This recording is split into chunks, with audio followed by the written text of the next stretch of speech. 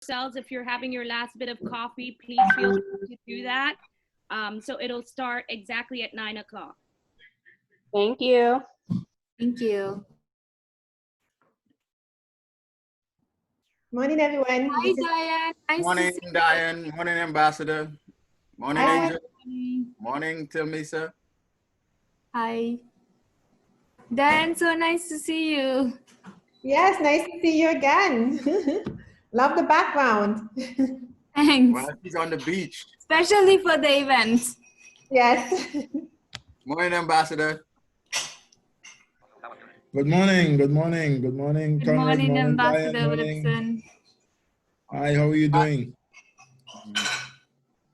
Good, thank you. How are you, Ambassador? Wonderful, wonderful. Glorious Saturday morning. Oh. A well-spent Saturday morning. Indeed, indeed, indeed. Welcome, Angel.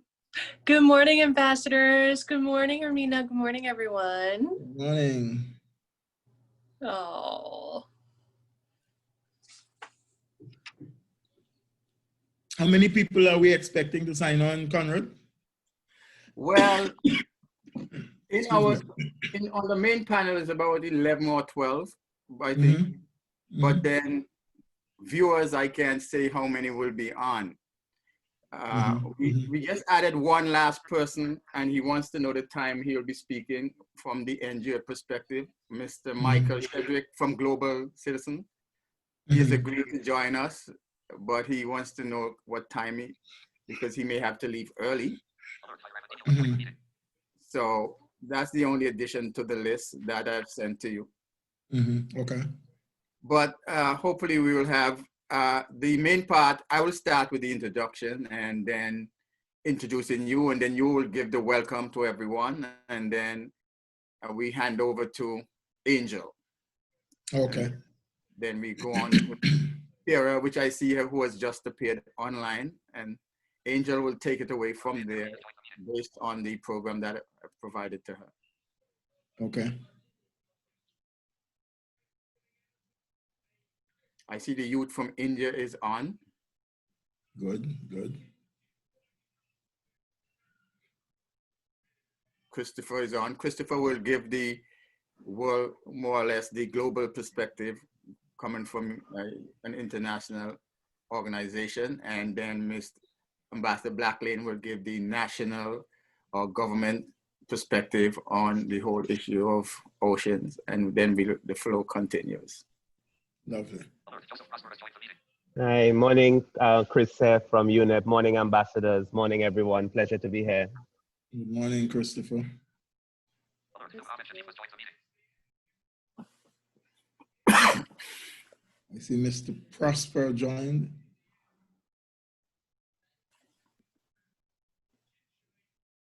Just prompting that we are 3 minutes till live streaming on Facebook.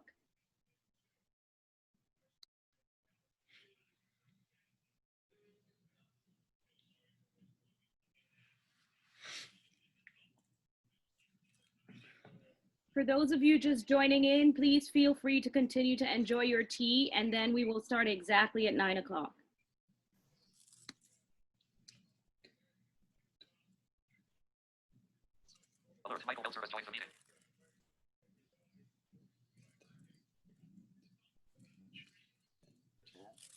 Ambassador Conrad, what does your teacup say? Good morning. Irina. Oh, okay. Energy. Brilliant, brilliant. I saw you lifting your cup and I was like, I can't read it. Welcome, Piera. Hello. I congratulate Pierre. She is up early and did a cleanup in France early this morning. So at least she did a physical cleanup.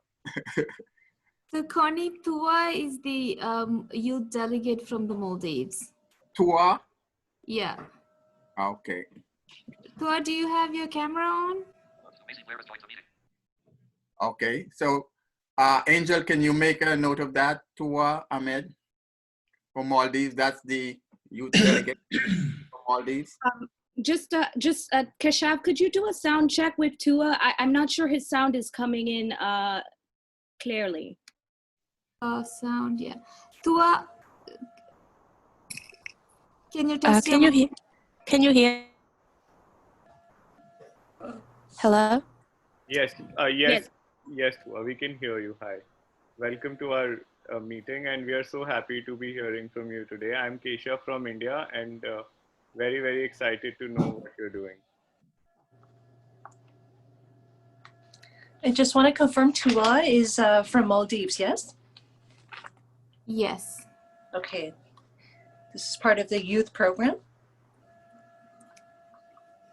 She's joining as a youth delegate. She works at the Maldives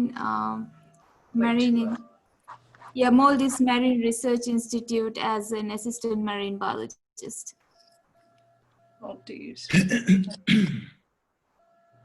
Also, I request all the speakers, in case you want to do a sound check before we go live on Facebook, just if you feel free to unmute yourself, say hello, so you are also relieved that it's working. All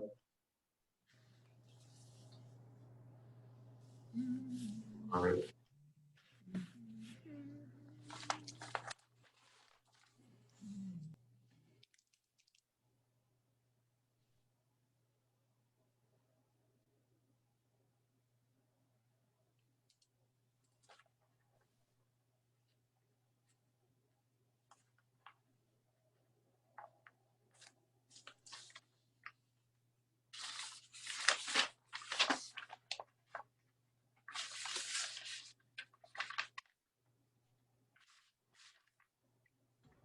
Ambassador Webson, good morning. Good morning, sir. How are you? Never as good as you, sir. It's good to see you. It's always good to hear you. Wonderful. Okay. No need to ask how life is because I know it's great. Oh, well, no, Ambassador. All right, Mr. Prosper.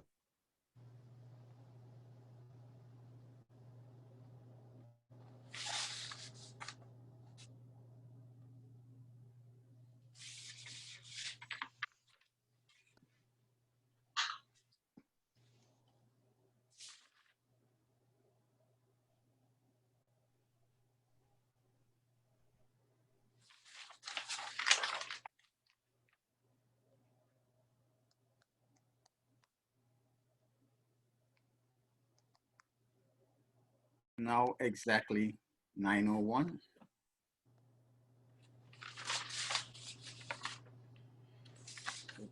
Can we proceed? We are now live, sir. Yes, please. We're now live.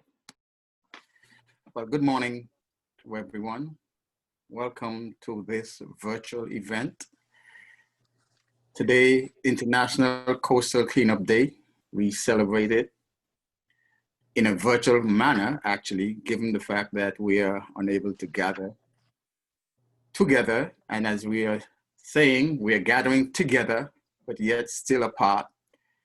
But my job here is quite simple. I am here not to take center stage, but as founder of PurelyCoe, partnering with the Environment Division, the DIAS, and Miss Johnny from her Artemis. We are now putting together this live event to try and educate the youth about the importance of keeping our environment clean. But as I said, I'll be short. I will just turn now and have the honor of introducing Antigua and Barbuda's permanent representative to the United Nations, His Excellency, Mr. Aubrey Webson, who will give a welcome remark on behalf of everyone, all participants in Antigua and Barbuda. And I won't say much more now. Ambassador, I will now turn the floor over to you to do that duty. Ambassador, you have the floor. Thank you very much, Ambassador Hunt. Greetings and good morning to all friends, colleagues, excellencies, all people who have joined us here today, youth, and everyone. It is my honor and my pleasure to greet you and to be with you on this really important and significant day in World Cleanup Oceans Day. First of all, I want to welcome you to this forum organized by PurelyCoe and the Department of Environment of Antigua and Barbuda. As my colleague said, it is the first virtual event that this group is having. But it is important to note that in this effort, our effort, global effort to clean up our oceans, that this is not left to government. This is a joint effort between government and civil society. And this NGO is leading the way in bringing young people together in particular, because the future, we always say the future is in the hands of the youth, but it's not the future of tomorrow or next year, it's the future of now, today. A bit of an oxymoron, but action today will save our planet tomorrow for the future, for children and generations to come. We know and we've been told that 2% increase in Celsius will wipe out and damage almost 99%, 99%. And we cannot, we must not allow that. We have been hearing politicians and policymakers raging and complaining on this for more than 25 years. Today, that fight must change hands, and this gathering is one of those steps in changing hands and putting responsibility and putting hope on youth. It is for that reason that I am honored to have been asked to join the event and to bring greetings and to introduce to all of the participants and colleagues online all around the world. We have representatives, I gather, from India, from the Maldives, from Europe, France, from the Caribbean, of course, through Antigua and Barbuda and other places probably, from the United States. We have representation from just about every continent. So it means that together we are a part, and we are virtually clapping and virtually working together to clean our oceans. The oceans doesn't have a geographic sense of saying this border and that border as we do with states. The ocean flows across the world, and what is garbage in Europe ends up as garbage in the Caribbean or in the Pacific or on the Indian Ocean, etc. I am delighted, and I look forward to a really great event and an enthusiastic event. And more importantly, I look forward to the work that this organization continues to do as it makes its claim in helping to clean up. I will now turn the virtual mic and podium over to the chairperson or facilitator of the day, Anja. It's over to you. Thank you so much. Thank you, Your Excellency. Good morning, Excellencies and esteemed guests. We all know why it is so important that the ocean is on the front line of climate change. So as the waters warm, the amount of dissolved oxygen in the water is also decreasing, which leads to increased dead zones where fish die-offs are common and few species can survive. And then that affects the whole ecosystem. Now, we can't stave off further climate change, and its worsening effects by drastically reducing greenhouse gas pollution, including through ocean-based solutions such as restoring coastal ecosystems that safely restore carbon and reduce emissions. So we do need the help of government, civil society, and youth as you have said, Ambassador, our future. The Department of Environment today will share with us what it takes to create an island that is free from greenhouse gas pollution and resilient to climate impacts, and what legislation is in place to address these marine litter and coastal problems. We will be hearing from a very esteemed panel today. His Excellency Ambassador Walton Aubrey-Webson, permanent resident to the United Nations of Antigua and Barbuda, His Excellency Ambassador Conrod Hunte, Ambassador to Irina and founder of PurelyCoe, Her Excellency Ambassador Diane Black-Lane, Ambassador for Climate Change of Antigua and Barbuda, Her Excellency Ambassador Thelmisa Hussein, permanent resident of Maldives, Duvra Ahmed Shajif, delegate from Maldives, who's joining us today. We will also be hearing from quite a few esteemed guests. Pierre Vanwell, singer-songwriter, Christopher Corbin of UNEP. We have NGO interventions from Joseph Jr. Prosper on behalf of PurelyCoe, Kashef Gupa of DAYS, Michael Sheldrick of Global Citizen. We have a segment for youths around the world today. Jarvin Peters from Antigua Grammar School, Hakeem Dazel from Antigua Grammar School, Kavanda Christian from the Autos Comprehensive Antigua School, Ayan Banderji from India.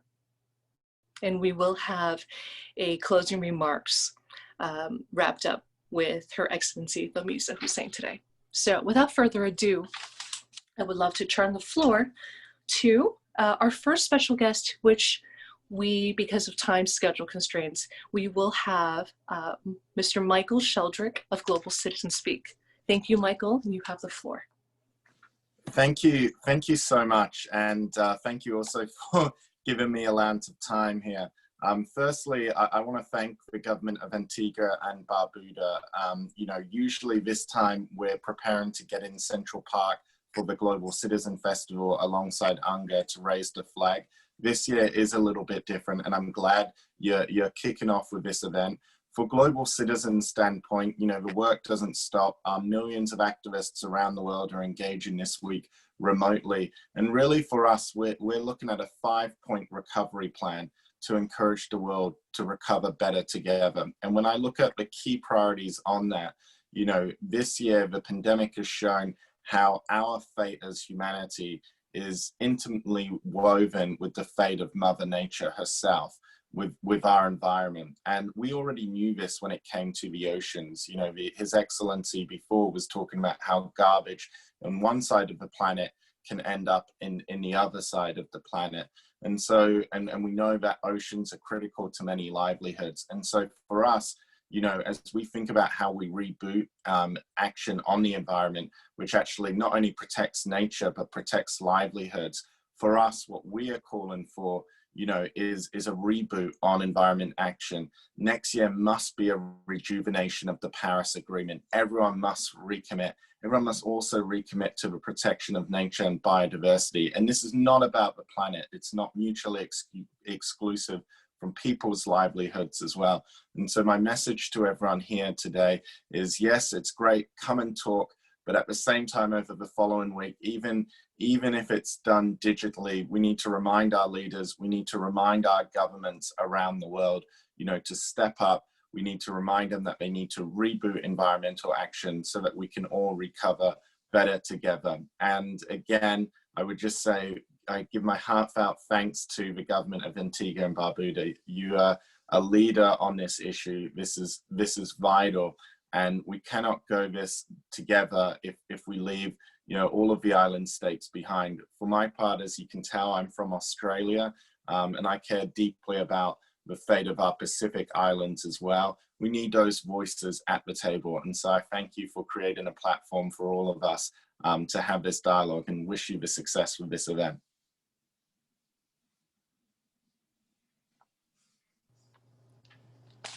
Thank you so much, Michael, for your remarks. I love to turn the floor over now to our first feature guest speaker, which is Pierre Vanwell, who is a singer and songwriter and an intervention on call to action. Pierre, please. Good morning, Your Excellencies and esteemed speakers and guests. Happy World Cleanup Day. Also, it's been really wonderful to hear from Michael this morning and Your Excellencies and ambassadors. So, as Angel said, I'm Piera Vandweel. I am a singer-songwriter, actor, filmmaker, and also founder of my company, Stronger with Music. So Stronger with Music promotes the importance of music and mental health, and also music and social impact. And I just want to stop for a second, because can everyone see me? I'm not sure if everyone can see me. Yes. Oh, you can see me. Fantastic. Wonderful. Wonderful. Thank you. So we work with NGOs globally, from the Barefoot College International, training women to be solar engineers in India, Africa, and also Latin America. Also the incredible Aspire Artemis Foundation, Impact NYC, Canadian Women's Foundation, focusing on combating domestic violence, and also Abaco Strong, aiding the rebuilding of the Abaco Islands after Hurricane Dorian destroyed them last year. So I'm really honored to be a part of this virtual International Coast Cleanup Day event with PurelyCoe, and thank you so much to the Department of Environment, Antigua and Barbuda, and the ambassadors for having me speak today. So I'm very passionate about upholding the Sustainable Development Goals in order to achieve the UN's agenda by 2030. Particularly when it comes to gender equality and climate change. So this morning, when I woke up, so currently I'm in Nice, I'm in France, I put on my mask, I put on some special gloves, and I went down to Nice Beach, where I met fellow volunteers that had all signed up along with myself with an organization called the Animal Fund. And their mission is all about saving our oceans. So they put on this volunteer event for today, especially for World Cleanup Day. And I would love, I sent Keshav from the DICE some pictures from this morning. So I would love if he could share his screen, and I can show you some of the pictures from this morning from the cleanup.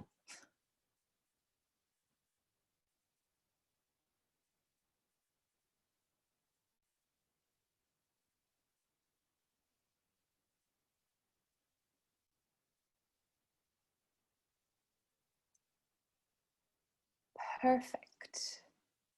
Okay, so it was honestly an incredible morning, and I was so happy that I could actually get out onto a beach.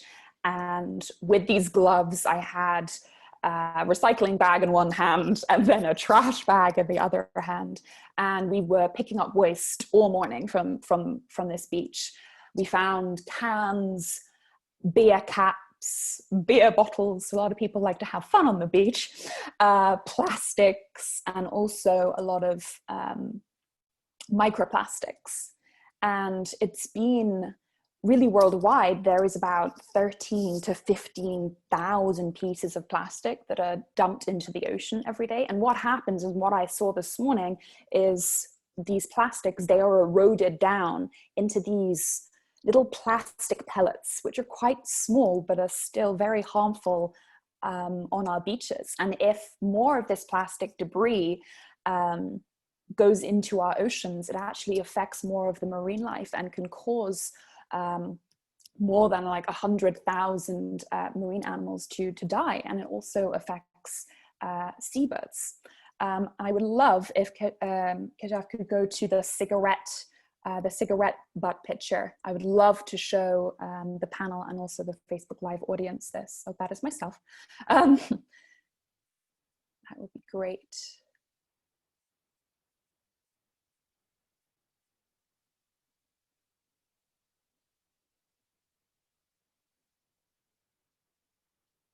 Bear with us for a second.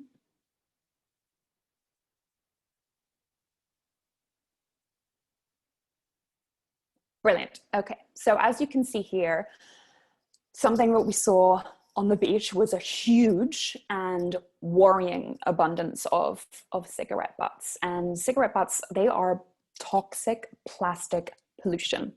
We were actually told this morning from the Animal Fund that Ocean Conservancy has been conducting these incredible beach cleanups over the last 32 years. And it's actually cigarette butts that are the most collected pieces of trash on this beach. And there are nearly 60 million of them, which is quite a lot. And they are the single most littered item on the planet. And when they enter our oceans, which they do if they are on our beaches, they also can kill marine life. And I'm not a fan of smoking at all. So even when I saw this morning, I just thought, people are choosing to smoke and they're choosing to leave these butts on the beach. So if you smoke, please, please, please pick up these cigarette butts, because we were trying to pick up, I would say we probably picked up about 10,000 this morning between us. It's very extensive-ish that we have. So that's the end of the pictures. So thank you, Keshav. Wonderful. So we depend on our ocean, and we depend on its water, and we also depend on its marine life and its ecosystems, like our ambassadors have been saying. And we need to take action now. And today is the Coastal Cleanup Day, but what I want to do is see how we can inspire more cleanups to take place so we can do our best to save our oceans. So my work as a singer-songwriter is about bringing about collective social change. So with my company, Stronger with Music, we work towards understanding how music impacts our mental health and also how it creates social impact. And we work with socially conscious artists and music therapists and a neuroscientist. And what we do is we put into action programs and educational seminars, plenaries, songwriting, and live virtual performances. So I believe that music has the power to create social change. It has the power to evoke, inspire, and consciously and also scientifically bring people together as a community. And yesterday, I was lucky enough to be on another panel with the Global Dialogues, and it was the Global Actions Initiative launch. And I was speaking a bit about the chemicals, the neurotransmitters that are released in our brain when we listen to a piece of music. So I'll quickly go into it, but very, very quickly, but we release serotonin and dopamine and oxytocin. And they bring us comfort and happiness and love and also connection. And this brings us together as a community. So when we hear a piece of music, we are consciously and also subconsciously, we're brought together. So right now I am currently in development of a new ocean conservation song. And I am being inspired by the kids this morning. There were so many school children that were a part of this cleanup on Nice Beach, which was just so fantastic and inspiring to see. And they were leading the groups, which I loved. And I was like, yes, bring it on, bring it on. And I'm also learning from the NGOs and the communities, and I can't wait to hear more of the conversations that we're going to have today. And I'm also so glad that we are joined by these amazing high schoolers. Hello, everyone. I can't wait to hear from you guys. I want to see your ideas on how we can prevent pollution, how we can continue to clean our beaches. And I'd also quite like to have you a part of the song that I'm creating as well, only if you're interested, of course. I'm not going to have you sing now or anything like that, but I would love to have you be a part of the song that I'm creating and how we can use music to save our oceans and conserve the oceans as well. So my hope is to really empower and inspire change, utilizing music and also arts as a tool in raising awareness and taking action. And I just want to thank the ambassadors and of course Ambassador Conrod Hunte and PurelyCoe for what you're doing with your incredible work and inspiring the youth to be a part of this movement and of this moment. Also to the government of Antigua and Barbuda, thank you for what you are doing. Thank you so much. And I would love to be able to move my song, my ocean development song, forward in a way that can be impactful globally and have more people be a part of this song. So within the song, I have personified the ocean, and I'm definitely looking into the misuse and the maltreatment, looking into ocean dumping, cryolite, DDT, mercury, of course the plastics, even cigarette butts, and how the effect that it has on our ecosystems, and how through the song we can change our behavior to protect our oceans. And I really want us to be able to implement strategy, and that can be creative strategy, which I'm very, very passionate about. I want to be able, through music, to be able to make people more conscious and aware that our coasts need to be cleaned. They need to be taken care of. So we make sure that we aren't polluting in our oceans and affecting our marine life. So it's time to take action. So let's think, what can we do to help? How can we raise awareness? How do we get my friends at school to go out on a Saturday morning like today and pick up trash on the beach? Or perhaps let's turn to the creative economy. Let's do a drawing in art class. Let's create a poster, a short film, being a part of a new song, perhaps, a new music video, maybe. As I said, would love you to get involved. I really believe our creative economy is a force of strength and can and should be utilized to bring about change. And really, I believe that we are stronger with music. So thank you very much, Your Excellencies, Ambassadors, PurelyCoe, Aspire Artemis, the DICE. Thank you so much for having me be a part of this wonderful conversation and event today. Thank you, Piera. That was wonderful, and I completely agree. The arts has the power to move people, and it takes the government and the people to be called to action to change our current status quo. And I think through film, music, the arts, poetry, books, writing, all that encompasses the arts. That's what moves us. And that's why I'm in our industry as an actor myself. So that's why I've dedicated my time to serve through the arts. So thank you, Piera. Thank you for all that you've done. Now I'd like to give the floor now to Christopher Corbett of UNEP, so we may hear about the intergovernmental view on oceans and oceans protection. Thank you, Christopher. The floor is yours. Thank you very much. Good morning. Happy International Coastal Cleanup Day. Ambassadors, viewers, listeners. Let me begin first of all by thanking the organizers, PurelyCoe, Department of Environment of the Government of Antigua and Barbuda, for inviting me to attend and participate in this virtual coastal cleanup event. And maybe just to give very briefly a few perspectives as it relates to the issue of oceans, marine litter, plastics, pollution from a global and regional perspective. And I just want to touch on three areas. The first one is science and research. Over the last year, we've just had so much information about the presence of pollution in our oceans, and particularly plastics, the negative impact of plastics on human health, on our economies, on tourism, on fisheries, impacts of climate change, impacts on biodiversity, and of course now COVID-19 and the pandemic, and what does that mean for plastics pollution.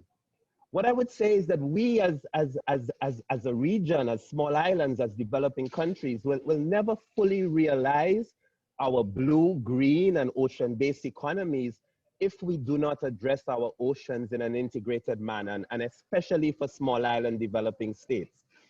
As we look at alternatives to plastics and styrofoam, research and science is needed to guide our policy and decision makers. And I just want to end on this topic of science by emphasizing the critical role of youth and citizen science and the training that's now being offered through these open online courses, for example, organized by UNEP and other partners. The second theme I want to emphasize is partnerships. And what better example of partnerships than this event here this morning? Businesses, youth groups, NGOs, our artistic community coming together. Plastics, for example, is not only a waste management problem. It's not just a consumer problem. It can't be tackled only downstream or upstream. And at the global and regional negotiating fora, all voices must be heard. And we have frameworks, you know, UNEP's Global Program of Action, the Global Partnership on Marine Litter. At the regional level, we have regional seas conventions like ourselves, which I represent. All of these can support partnership building opportunities. And I want to close with my final theme I wanted to highlight, perhaps the most important one, and that's leadership. As partnerships have to be multidimensional, so must leadership. And we need multiple champions. And I dare say many of those champions are right attending this event here this morning.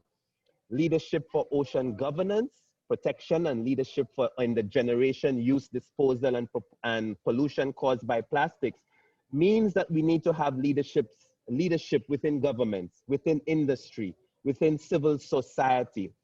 Over the last few years, I would say over the last year, we've seen several landmark publications as to what is happening with our oceans and why we need to take action now.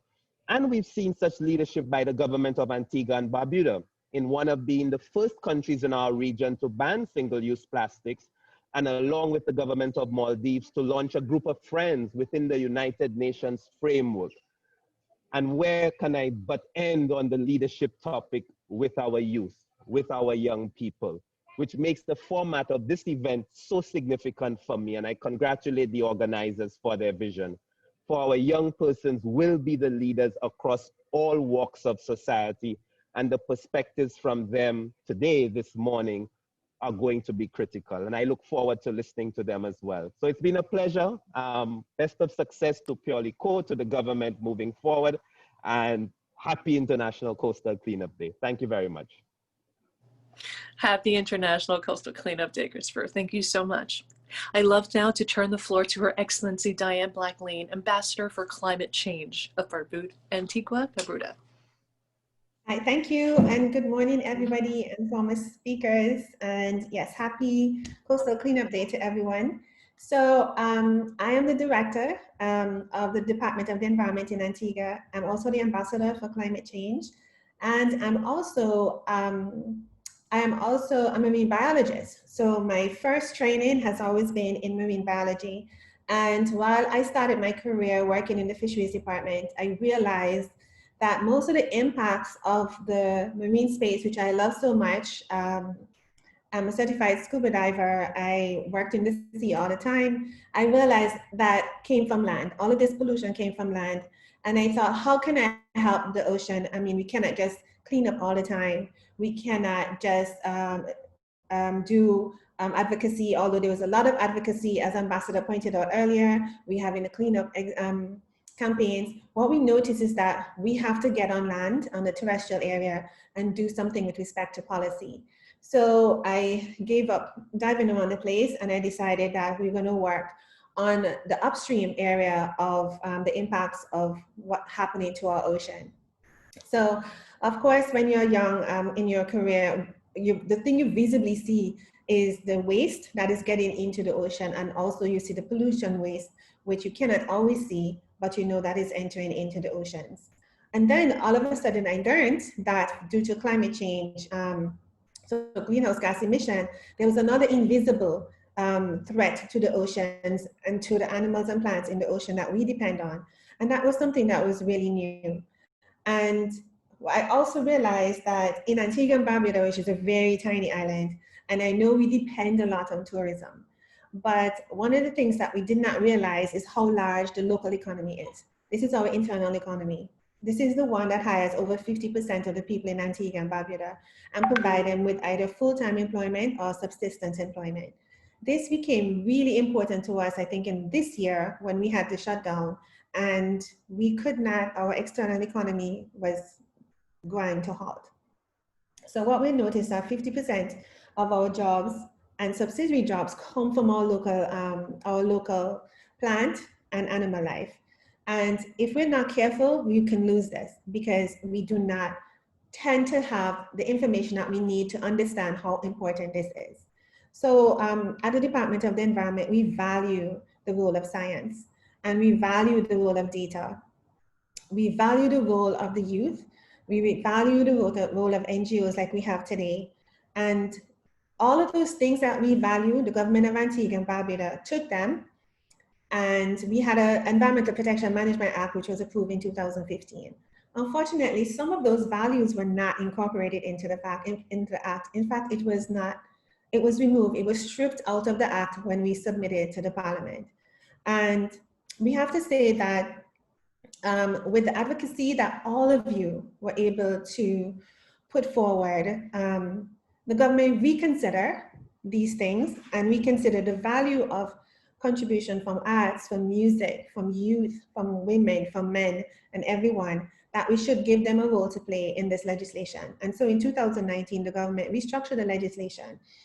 With the restructure of legislation, it basically says that 15% of all the funds raised from this legislation will go to NGOs for the implementation of the projects that are consistent with everything that we're talking about today. And so with that legislation which was passed last year, we're able to do really some amazing things. So the government banned single plastic use, which we mentioned, and the government also instructed the Department of the Environment to start giving them ideas on how to do a fossil fuel phase out. The fossil fuel phase out came about because many of the things we're talking about with climate change became evident in 2017 and 2019, when the region, including Antigua and Barbuda, our island of Barbuda, was hit by Category 5 hurricane. It totally wiped out that island. Then we see what happened in the Bahamas. So they finally realized as politicians that, you know, this is here to stay, Category 5 hurricanes. And now this season is so active, and we're fortunate that we haven't been hit. But there are many people who have been hit by hurricanes that should not be in this year as well. So our heart goes out to them as well. So what we're doing here at the Department of Environment to really accelerate our action and to support the actions of NGOs that are also getting into the mix, which we really appreciate, is that we're improving our data collection. Now, for everybody listening, that sounds very boring and not very exciting enough for a career. But if you ask Mark Zuckerberg this, he'll be like, cha-ching, you know, big money. So we're collecting a lot of data so that we can provide informed advice on what it is that we need to do, how it is that we need to do this, and so that we can deploy our massive advocacy around the world and in Antigua to help us in a really targeted approach. The government has also raised since 2019, since the passage of the 2019 Act, over $50 million for fossil fuel phase-out programs in the government itself, in schools, and in churches. So what is this going to do is to help schools and churches and the government buildings to be able to withstand Category 5 hurricane, but they will also be able to generate their own energy independent of the grid. And what this means is that they can actually have emission reduction in our island, even though we're so small. This is one of the great things about the people of Antigua and Barbuda. The plastics we generate is nothing, but we always believe that no matter how small it is, we should do our part. We are so tiny, we contribute nothing to the plastic pollution of the ocean, really. We contribute nothing to greenhouse gases, but we don't look at it that way. We think that is something that we're obligated to do. Now, why is it that we're so successful with this? It's not what you do, but it's how you do this. So how do we do this? So for the past 3 years, we have been having internship programs for young people. And this internship program is for young people throughout the Caribbean region. And in fact, we did get interns from Canada and a couple from the UK. And we relocate them to Antigua for 3 months in the summer. And they work to understand the actual workings of implementing and rolling out one of these programs. And so this year has been our biggest and most successful internship program ever, which is weird because it's COVID-19. And we even had interns who couldn't make it to Antigua, and they worked they worked remotely. Those interns now have transitioned into apprenticeship program, which we plan to start next year, but we were unable. We started it this year because many students could not go back to school. So they were able to stay on as apprentices here at the DOE, and they're working in many areas that is important to all of the actions that we are taking on the ground. So we also have, so this has been one of the biggest areas that we are working on. we just had a project approved that we are going to be training persons on how to install solar panels widely in Antigua and Barbuda. And so in Antigua, when there's a hurricane, the grid is down. It's not possible, it's really hard to recover with no power. So we really are pushing for many of our homeowners to have backup power through renewable energy and battery systems. And we are going to be training, so 100% of our solar panels installers are men. And so we are going to try and reach out to see if we can engage women to start installing solar panels as well. So I hear Pereira spoke about that she's working on something on that. So that would be very interesting to learn. How did you encourage women to be part of something like that and see it as a viable career on a business? So we're training them to be business people, not necessarily just a job. We want them to run that business. So we are working on that. And we have a bunch of business interns who's working with us to help us design business strategy and to see what type of women and men too as well. We want to, for everybody, but we're trying to encourage women to join. So in all of this, we do see the value of a wide approach, and the job of the Department of the Environment is to give the science, inform the policy, get our ministers and our cabinet on board, get our ambassadors who's joining us to be on board. And then we will work and develop our relationship with NGOs, with women, with young people, and with science and research, so that we can have a really impactful program and have bang for our bucks. So just about a month ago, we got some funding from the Italian government, which we are very grateful for. And we bought 2 electric school buses to roll out into our schools. And I'm just telling you this story to see how important this kind of forum would be.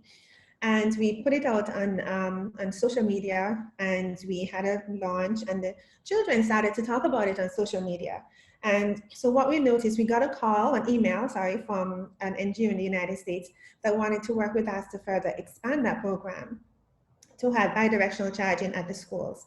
And this was really great that we can do this amazing thing, have the outreach with the children, and then get positive feedback and even get persons who want to add to what we're doing.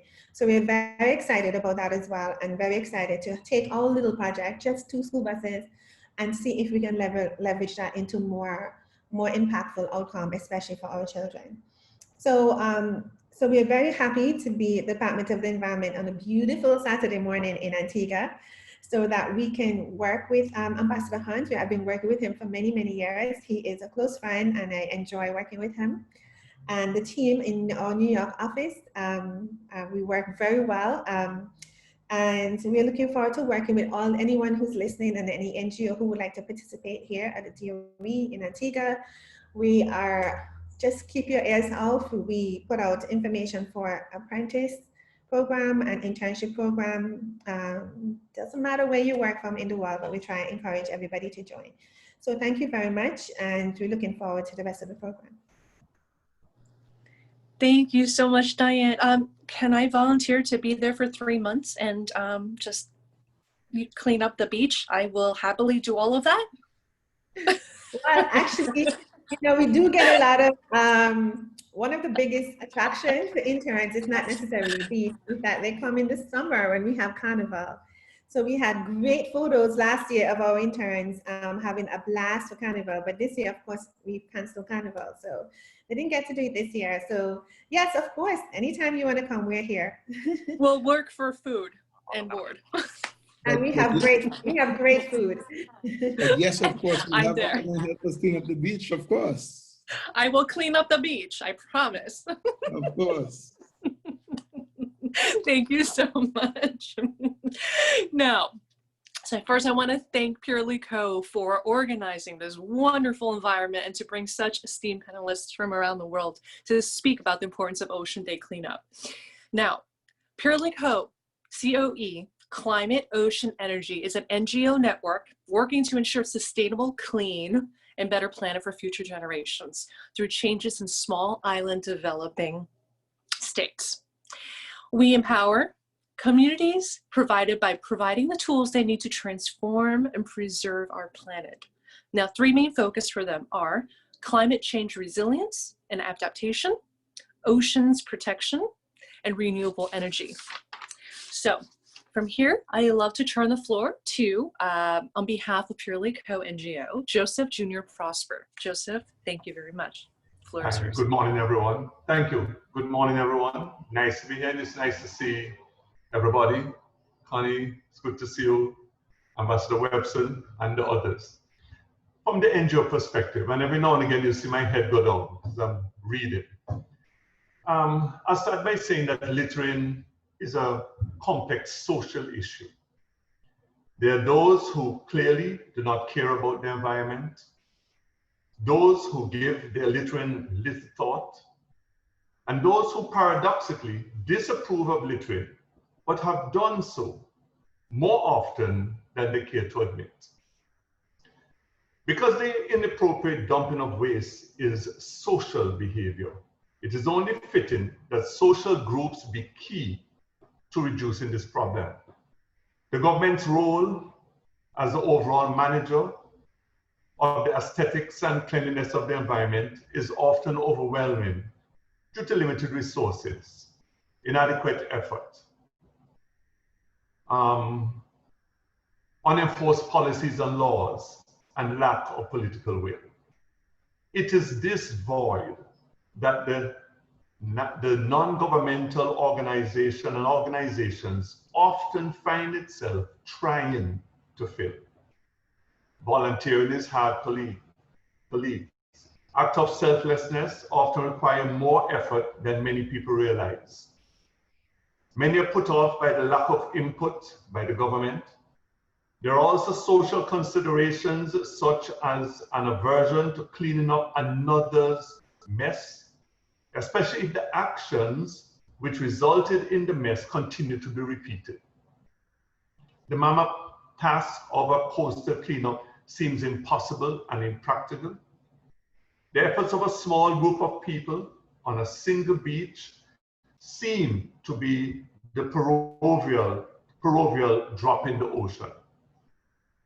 Many NGOs rely on volunteers, especially the young, hoping that their involvement will be ongoing and alter destructive behavior in future generations. Even though this generation seems endowed with a greater sense of collective responsibility for the state of the environment, there are barriers to the wholehearted involvement in cleanup efforts.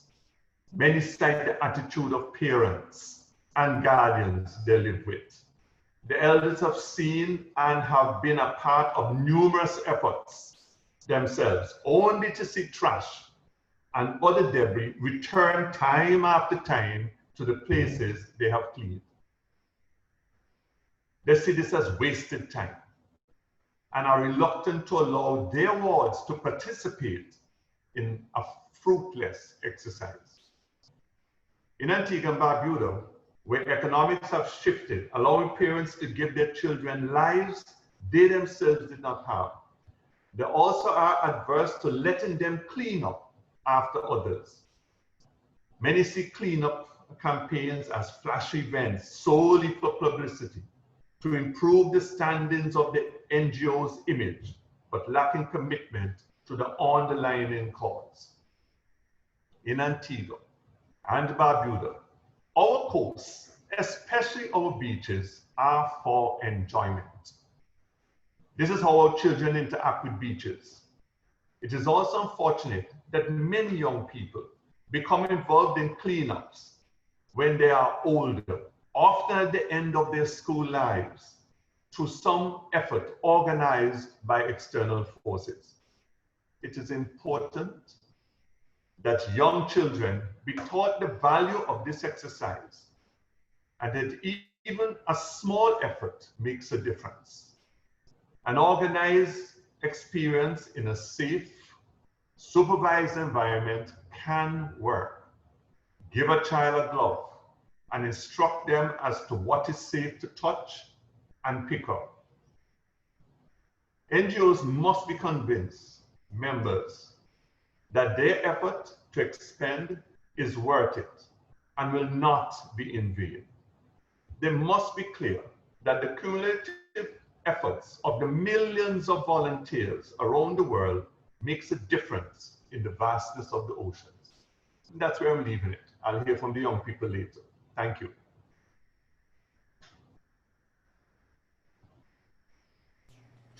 Thank you so much. Thank you so much.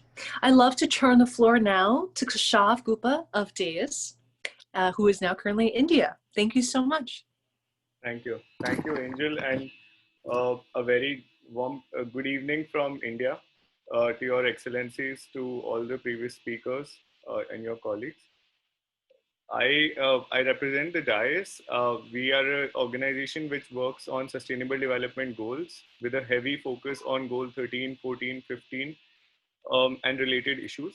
And we've been working since the past 5 to 6 years in India, in Brazil, in Afghanistan, Nepal, many different regions. And I think one of my basic understandings so far in these issues is that sometimes we think that sensitization has to happen with children and youth and so many people. But when we see where the carbon emissions and actually the source of these things are coming from are fairly empowered people, wherever we go. So, so for us, stakeholder engagement has been a very wide spectrum. So we work with the UN office in many spaces, with various agencies, and so on, with an understanding that value is very important on top of the education of skills, of sensitization, of whether to throw that cigarette butt or not, or whether to smoke or not, or whether to help somebody else or not. And I'm going to quickly touch upon a few things in terms of what we are seeing, not just now, but also during the COVID-19 pandemic, as to what shifts have come in India and a few regions that we are working in. One of the things that we have seen is that we thought in India that billions of dollars were needed to clean up the rivers. And we have a very vast coastline. But the lockdown just cleaned them up on its own because we stopped polluting them. So, one thing that came out as a silver lining is a possibility that regulating waste, whether it's plastic or affluent, industrial affluents or tourism-based affluents, is a cultural issue also, which is regardless of identities, it's just a cultural issue that we are seeing. And then we began to question, can a small NGO or can a small shopkeeper who's in a exotic place, whether in the Himalayas where we work or in the forests or on the beach, can they really stop them? Which made me question the dilemmas about themselves. And then we understood that helping these people and empowering them was also quite critical. So we decided to not just confine ourselves to any model. Now we work on interfaith discussions with children, with communities also, where we can see how we can connect water, which is so significant to many religions, like we see Earth being represented as Mother Gaia, Mother Nature. So right from there to SDG innovations in SDG labs in schools to help children understand the science of it, the culture of it to various places, we've been working. Now here, I just want to put one caveat finally that I would like to say is that one of our biggest learnings while working on climate issue was that it is not just a climate issue. It has gender inside of it. It has education inside of it. It has urbanization inside of it. It has literally everything inside of it. So wherever there are linkages on these goals, we try to create those linkages, whether it's to eventually explore collaborations with Angel or Piera through music, or whether it is to work with the UN or even a community in a far-flung corner of the village. Just last two comments that I will leave for our esteemed listeners is that with young people, and I know a lot of them are coming ahead, sometimes they think it's a intergenerational problem. And they stop collaborating with old people. And then there is an us and them that gets formulated. Whereas it is very important to go back to the roots, to the indigenous cultures, to learn from them. How have they harmonized their own living with the nature for so long? And where is this concept of modernity a little too far ahead in destructive processes as well?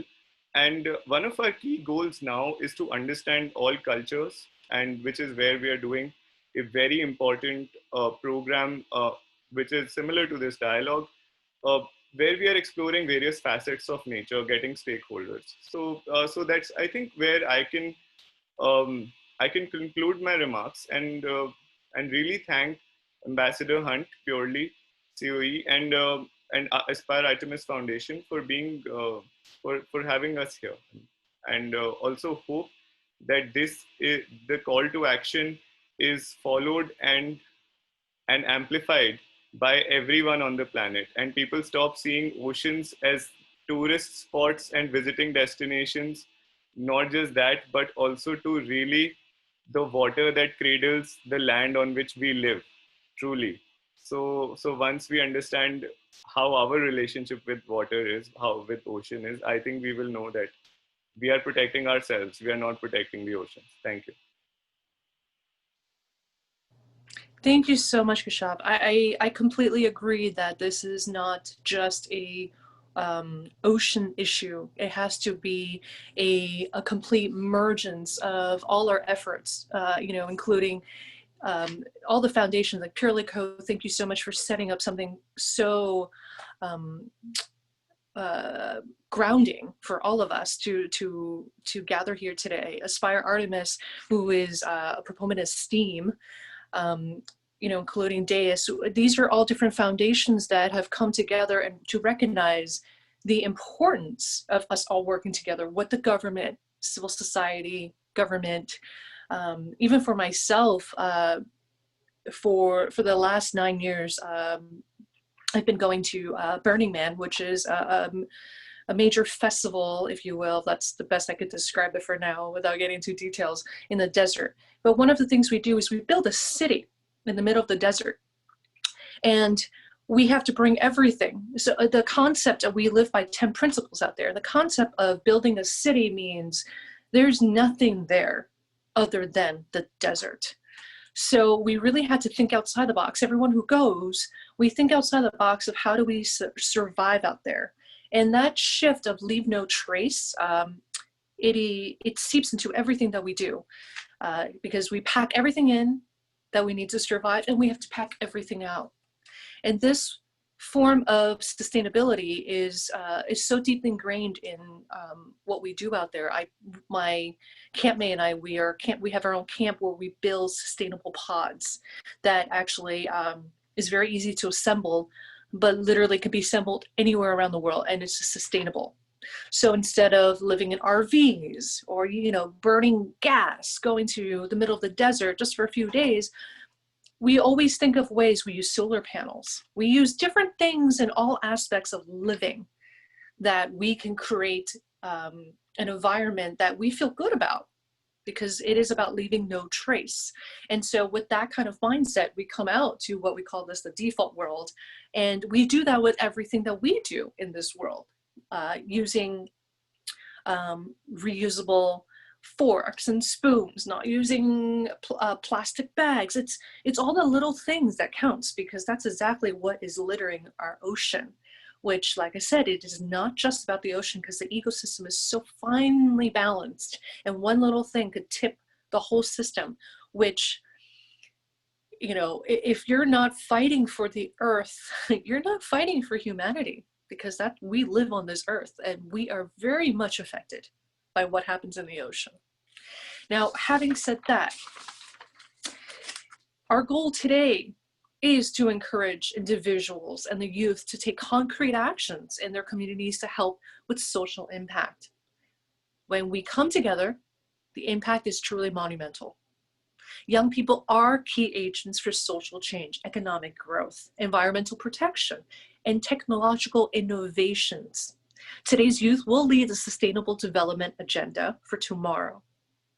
It can be incumbent upon us to equip them with the tools that allow them to be at the forefront of global discourses on climate change and the preservation of our oceans and development issues. So we do stress that we need the ocean advocates like yourself, everybody here today, to help us put an end to the growing threat of plastic pollution in the ocean. And we absolutely can do that. Like I said, it's just a shift in our mindset, a perspective, a dedication that we will do better. We can do better, and we will do better. So on that note, I would love to turn our attention to our youth delegates from around the world. And we have Jarveen, Hakeem, Kavanda, Ayan, and joining us last, Buva. So with the youth delegates, I love to propose some questions we have for you. If you have ideas, please do unmute yourself, raise your hand, or speak up. We love to welcome you. Some questions we do have for you is, how would you engage your family and friends to take action in your beach cleanup? If you have any ideas, now would be a great time to share with all of us and everybody listening, tuning in today.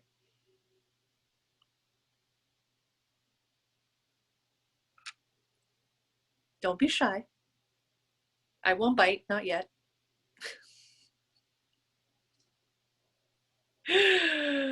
Okay. Ian, you unmute it, please. Yes. Thank you so much for giving this opportunity, and greetings to all the ambassadors and the esteemed speakers.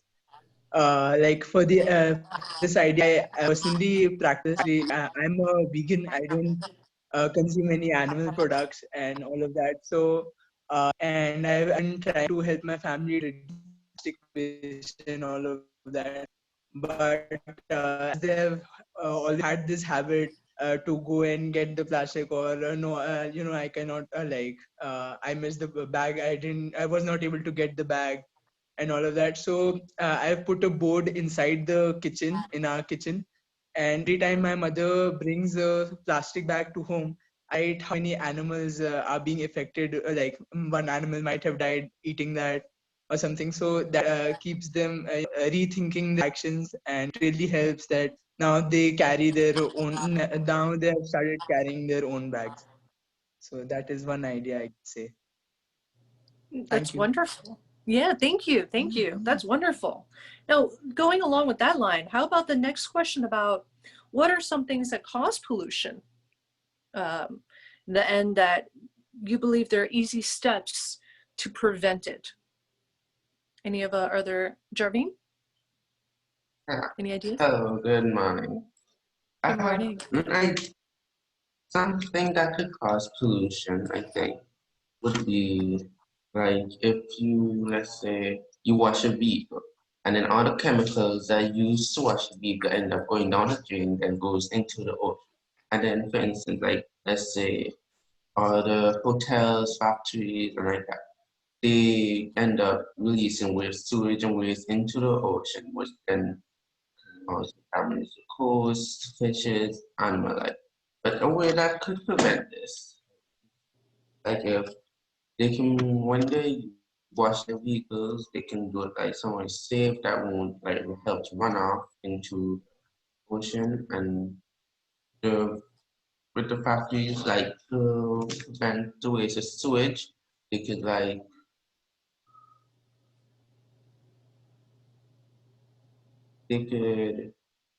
help by like creating a place where it won't like go outside. No, I think that's great because hotels, right? That's such a great point. You know, they do, quote, have to wash everything, correct, on a daily basis. However, they can choose to use, yes, detergents that are natural. I've actually recently switched over all my own detergents. And also, you know, being more conscious where you're more, you don't have to wash every other day. You don't want, you know, make a time, wash every week, every 2 weeks, things like that. These are all choices that we can make to lessen our carbon footprint, and including, like I said, using organic, natural detergents. That's fantastic. I love to hear from the youth delegates. Are there any, do you engage in any school or community activities to eliminate pollution, to bring awareness in your respective environments, respective countries? I'd love to hear from you. Hakeem, if you have anything to add or Dhruva, if you haven't said anything yet, and we'd love to hear from you guys as well. Or Ian, Jervine, anything, in activities in your communities and schools that you have been engaged in to help with pollution? May I go ahead? Please do. The floor is yours. Yes. So I've been working for climate action since the past 3 years. So I brought many changes in my school as the water filter in our school used to waste around 20,000 liters per month. There were around 1,000 children, and the water liter used to give 1 liter of fresh water, and even liters were going down the drain. So I helped that being utilized, and my school was wasting 90 kgs of food per day. I recognized that in my school, and I got it down to 20 kgs and was still reducing. And I introduced veganism in my school, and I also ran 200 kilometers to promote veganism in my city, from one city to another. So yes, that's a little like that. That's wonderful, and that's a heck of a workout. So great, good for you too. So bring awareness and good for your body. That's fantastic. Hakeem, anything to add, or Dhruva, if you have anything to add? Yes. Can you hear me? Yes, absolutely. Welcome. Okay. So last year we had this single-use plastic ban with the Maldives Parliament, and a bunch of schools we got together and did a presentation, and they decided to ban single-use plastic by 2030. So I think there's also a couple of schools that partnered with Pale. So the plastic, they bring it from home, and they ship it to Pale. So I guess that. Yeah, have you noticed the change in these schools? Are the students more active and more aware of not to use single-use plastic? Oh, that's fantastic. Yes. That's great. That's great. Thank you guys so much. They love to hear from all the perspective of our youths around the world, because it really needs to be an action starting from schools. And if the students are adamant about standing up for less pollution, especially pollution that's going to affect our ocean, which is why we're here today. That's fantastic. So now I'd love to take this opportunity to welcome Her Excellency Ambassador Thilmisa Hussain, who is the permanent representative of Maldives, on her call and change to action.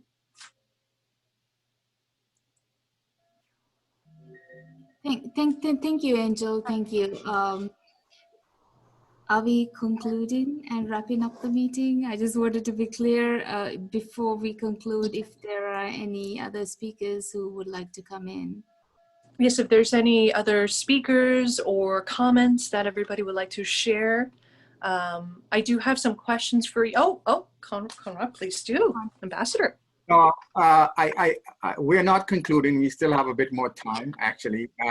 But I believe we could perhaps hear from the ambassador of Maldives some of the perspectives from the islands of Maldives, because Maldives, like us, is a small island development state, but with many, many islands. So I'm sure they must face a lot of problems when it comes to ocean pollution, because in essence, they have many islands to take care of. So maybe you can just hear a little before we actually allow Ambassador Hussain to give the closing remarks. Thank you, Connie. I think we heard from Ambassador Diane about policies put in place by the government of Antigua and Barbuda in terms of legislation, as well as actions taken to address this important issue.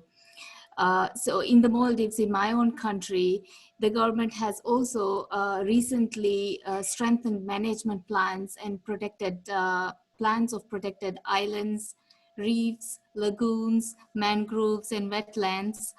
under a strict set of guidelines and regulations. And under this, we have protected 500,000 hectares of marine and land area under the Environment Protection and Preservation Act, and have started a national campaign to reduce plastic bags and bottles.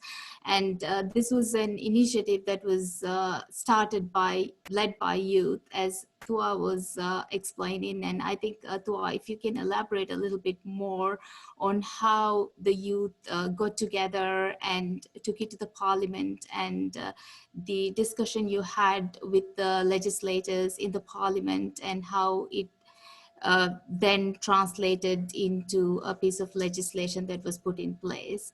So Tua, do you want to talk a little bit more about that? Yeah.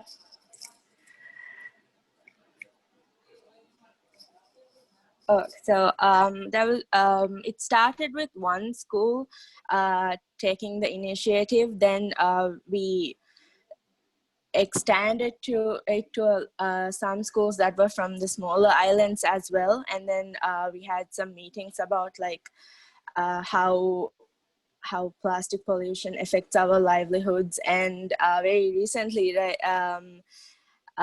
Maldives has been recorded as the highest microplastic. Hey, can you hear me clearly? Because I feel like you're audible. Yeah, we can hear you very clearly. Okay. So in our waters, it seems like it has a lot of microplastics in the world, and we decided that we should take initiative and take it to the parliament, because there wasn't much being done at the moment about single use. And when we gathered, some of us were really passionate about it, and when we ended with the parliament, they decided on 2030, and it was a really big step for us.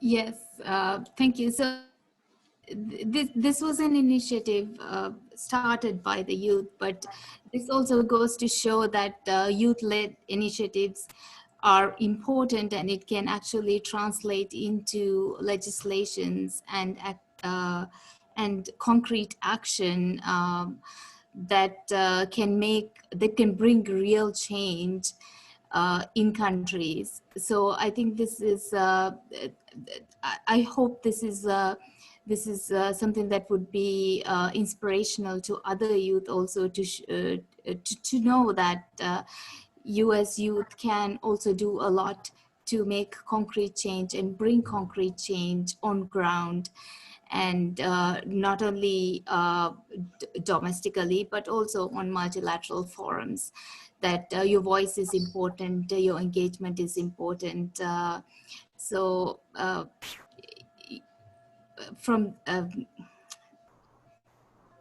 I will, with that, if there are any other comments, I will give the floor to whoever wants to make final remarks before. Yes. Yeah.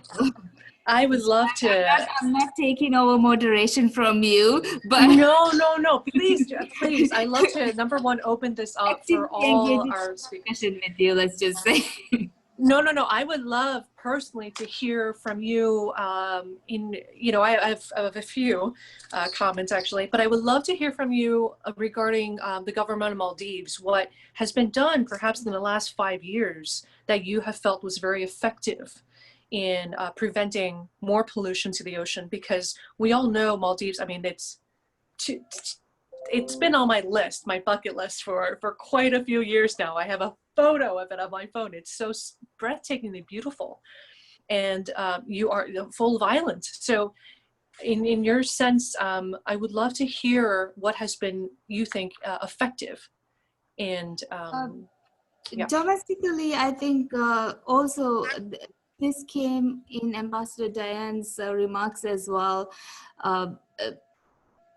in the grand scheme of things, in a global scale, if you put it into context, the amount of pollution that is created by the small island states like Antigua and Barbuda and the Maldives is really tiny. Our carbon footprint is really small.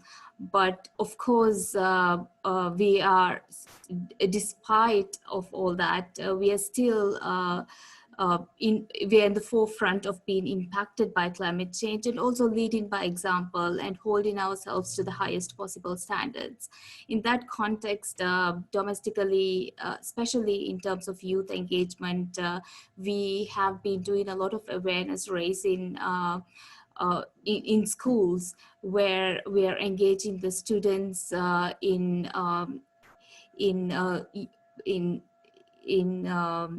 cleanups, teaching them about the plastic pollution, the deteriorating impacts that it has on our environment. We are also engaging them in ways where they are learning how to swim. They are going into the ocean, snorkeling, and looking at the reefs at a very young age. So also experiencing the beauty of our oceans.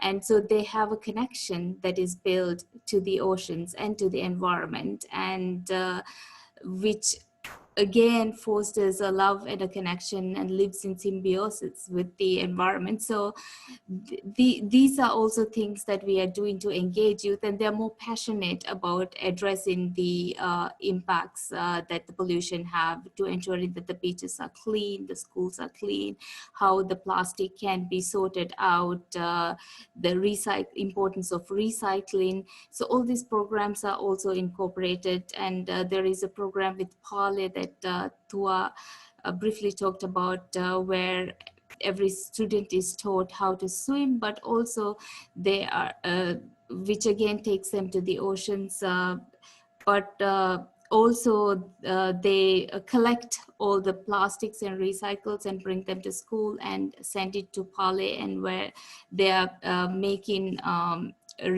items from these reused plastics. So those are actually a lot of things that the government is doing to engage youth and to raise awareness. But we have also enacted legislation to ban single-use plastic and to completely phase it out by 2030. And there are many protection acts that is being put place. Like I mentioned, 500,000 hectares of marine and land areas are now protected under the Environment Protection and Preservation Act, and we have national campaigns to reduce plastic pollution. But of course, the problem is real and the challenges are enormous, and we are working diligently with the public, with civil society, with the private sector, various stakeholders, to engage them and to get where we need to go. Thank you, Ambassador. Actually, the same question I love to hear from the Ambassador of Antigua.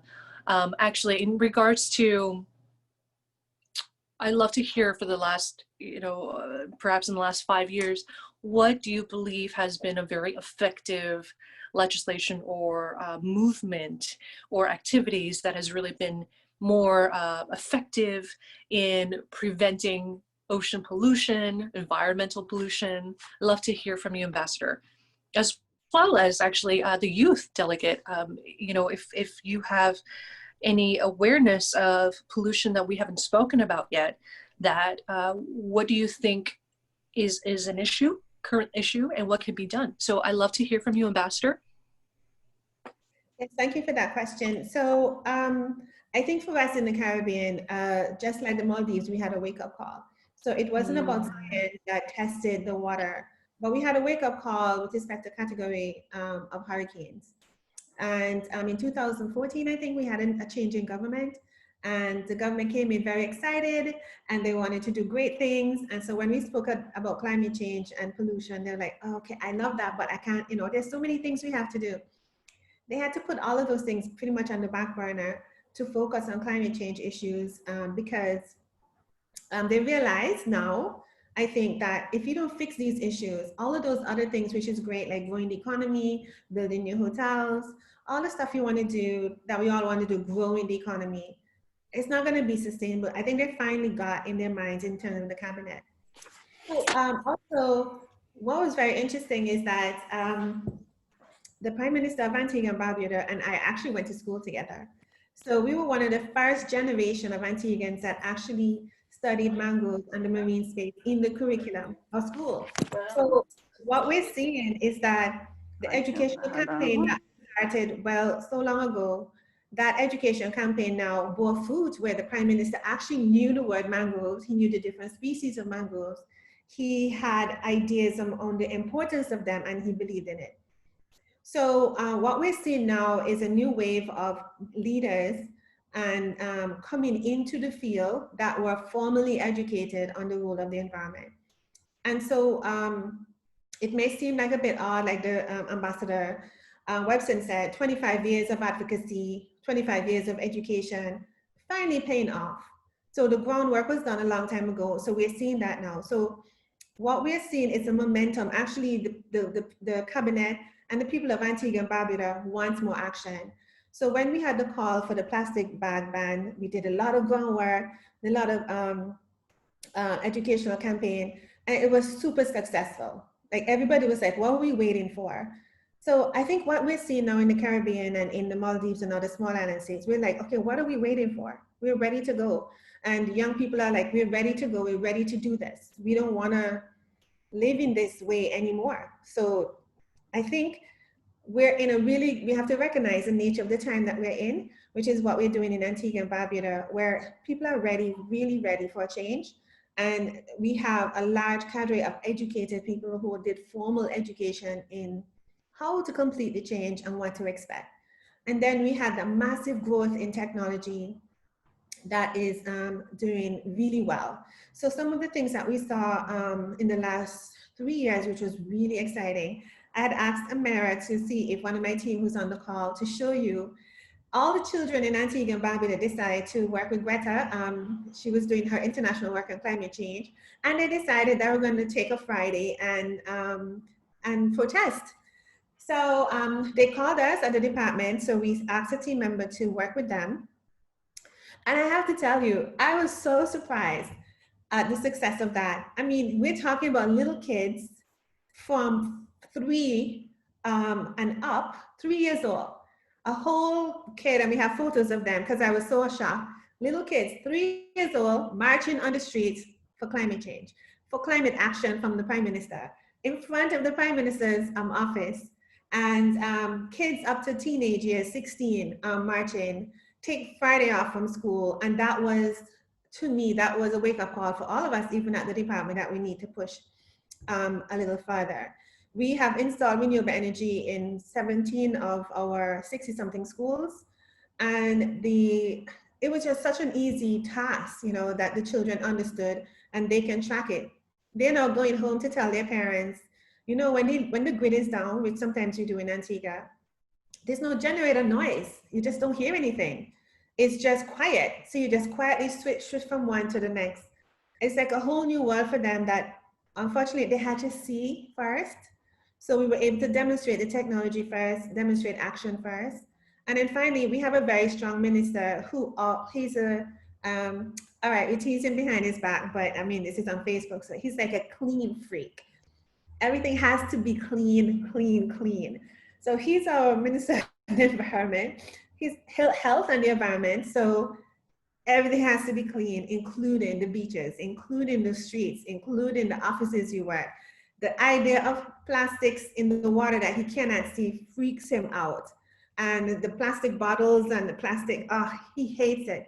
So with his passion for cleanliness, we're able to work with, it's not a stretch to convince him as a minister to work with us. So I think we have in Antigua like that perfect combination of children are involved, young people involved, educators involved, the minister and the cabinet, the politicians are also involved.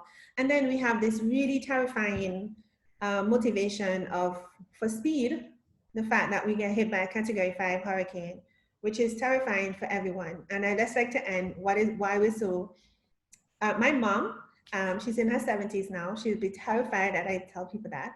But I think by the time I was born, she only experienced 2 hurricanes. I've experienced 15. So she's only experienced 15 plus 2 hurricanes. So for me, it's terrifying to see the change.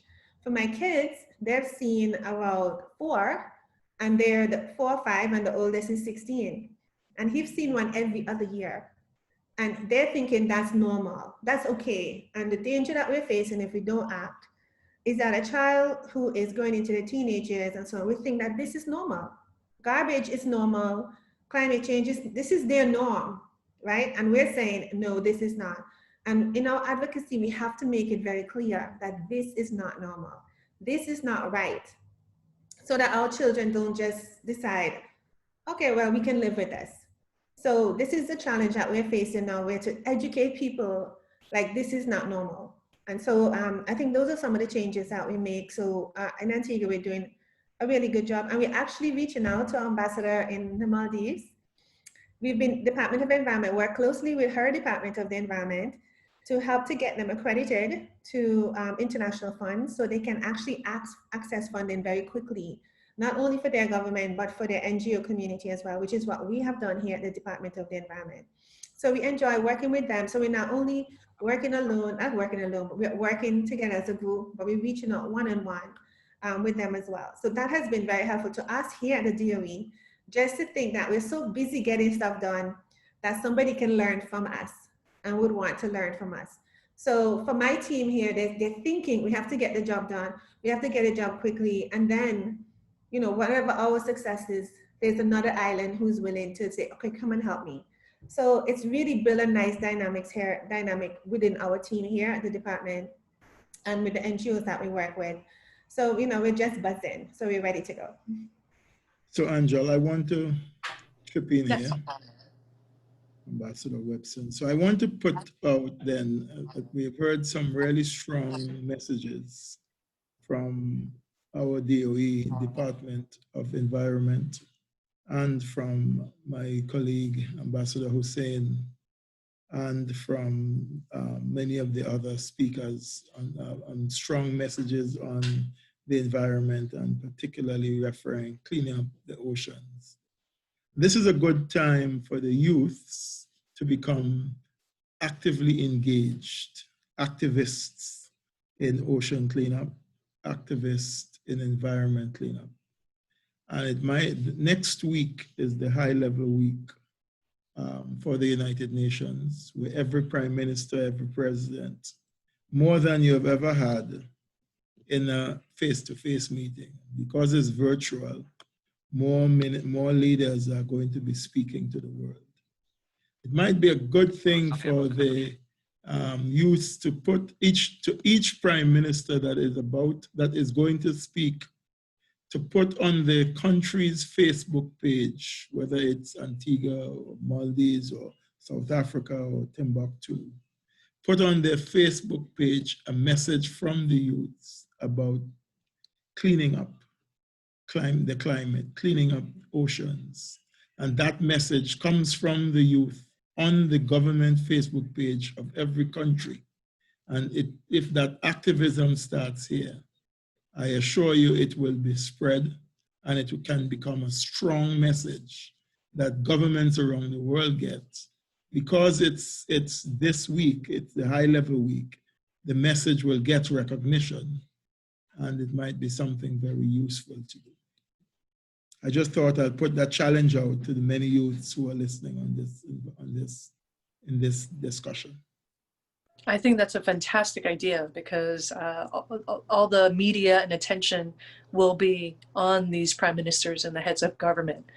So for the youth to really take a stand right now, I think it'll really be heard. So thank you, Ambassador. I think that's fantastic. And I love to turn this to the youth delegates who are here today. I know that we haven't heard from you, Hakeem. We haven't heard from you, Kavanda. If anything we've spoken about today inspired you to, with new inspiration, if I may, to make a change. Was there any piece of information or new ideas that you have from our talk today?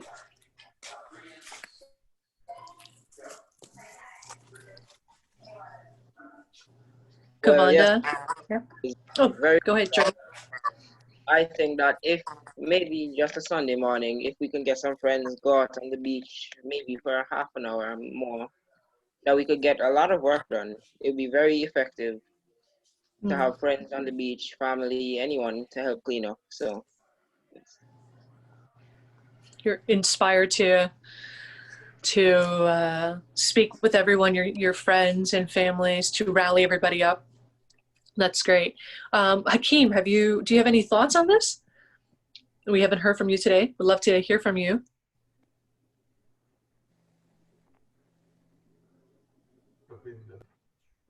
Oh, we haven't heard from Kavanda. Kavanda's right here. Hello, Kavanda. Go ahead. Go ahead. Good morning. Good morning.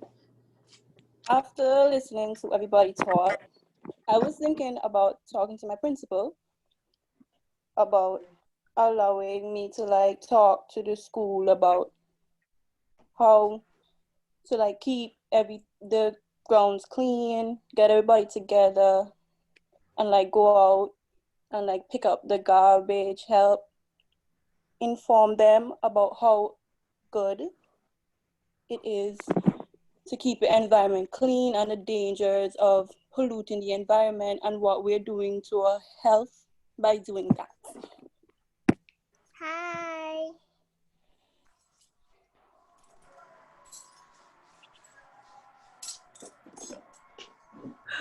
Thank you, Kavanda. Okay. Hakeem, do you have something to add to that?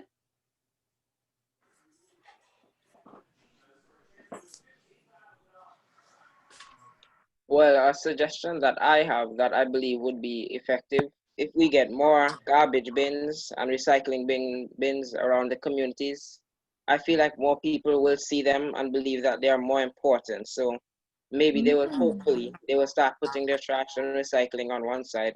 In this way, it could be easier for everybody. We could have a cleaner community and everything would be better for us.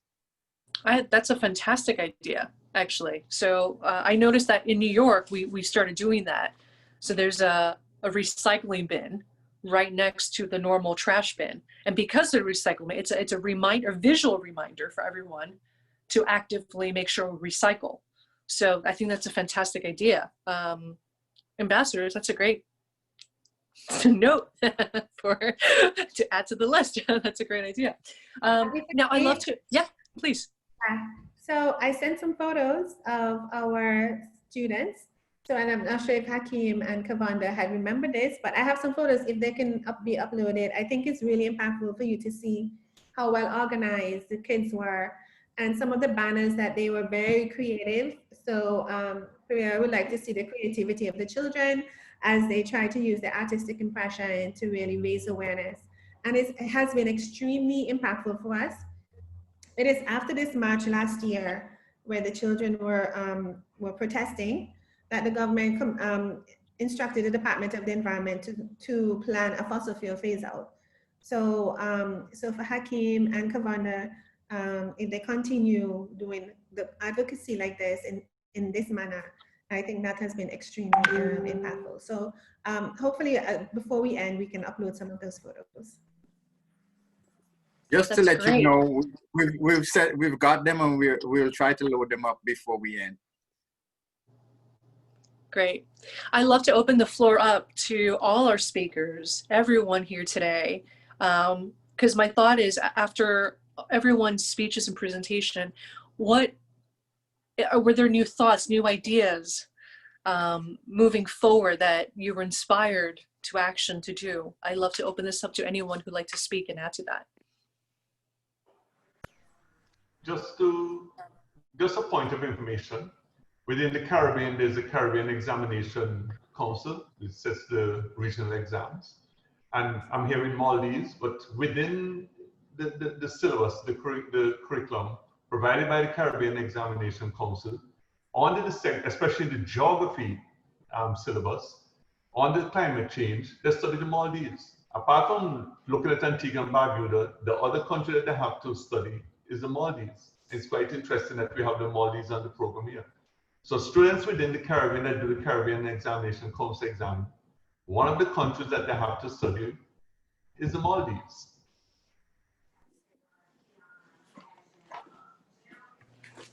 Great. I think I saw Jarveen, is your hand up? Because I saw that on you unmuted. Would you like to add to that? Please.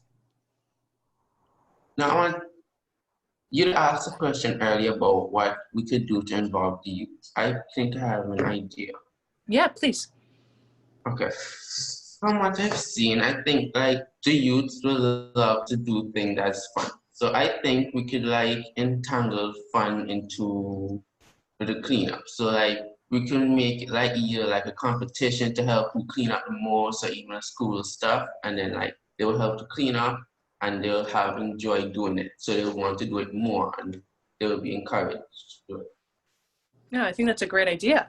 Oh, we have a picture. Look at this. Yes, this is the activism from the youths that we're talking about, right? Yeah, so this is it. So these are really, this is what primary school children, so they're age 12 and below. Maybe we can show some of the other photos.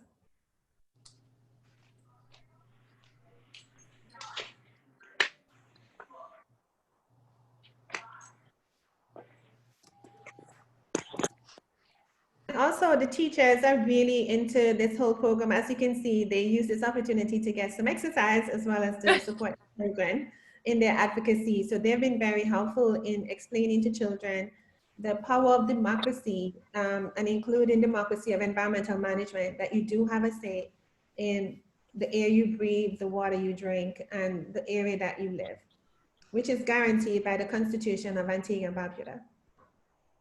I think that's fantastic. Now I just have a question now, because you brought up the teachers. Is ocean conservation a part of the school curriculum?